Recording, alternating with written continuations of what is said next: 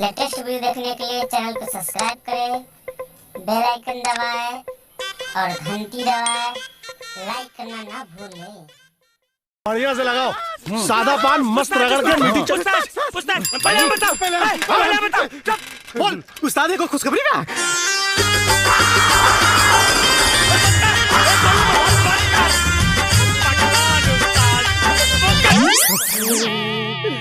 कितना बार कहानी है रे, रिंग टोन बदल, जब भी धुन बजाला पता ना हमरा के का हो जाला।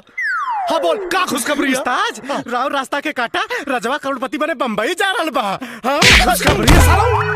ठीक नहीं उस्ताद, अरे खुशखबरी तब होत जब रजवा करोड़पति बन जात। साले तोनी हमार दोस्त बाड़ा की दुश्मन रे, करोड़पति बनी। अरे तो इधर आवता, पान लगाओ। हाँ डबरुआ, तू पान लगाओ, मुका देखत हुए आवत बा देखी अरे मानर नहीं हम देखत। अरे कंचा पड़ा देख ले, जाता नहीं मुंबई करोड़पति खेले।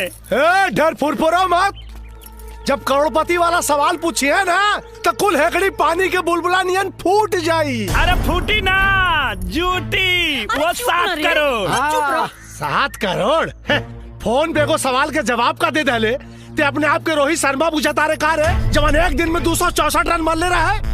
अरे 7 करोड़ ना, 7 को 12 ना उखाड़ पाई।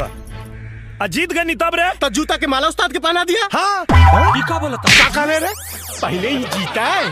अरे उस्ताद चलो न जीत पाई। तब ठीक, अगर ते हार गई ले तो जूता का माला तोरा के हम पहराई। तो जूता का माला पहने खातिर तैयार रहिए। अरे तैयार रहिए, जूता का माला पहना खातिर। लाइक करें, सब्सक्राइब करें और शेयर करें।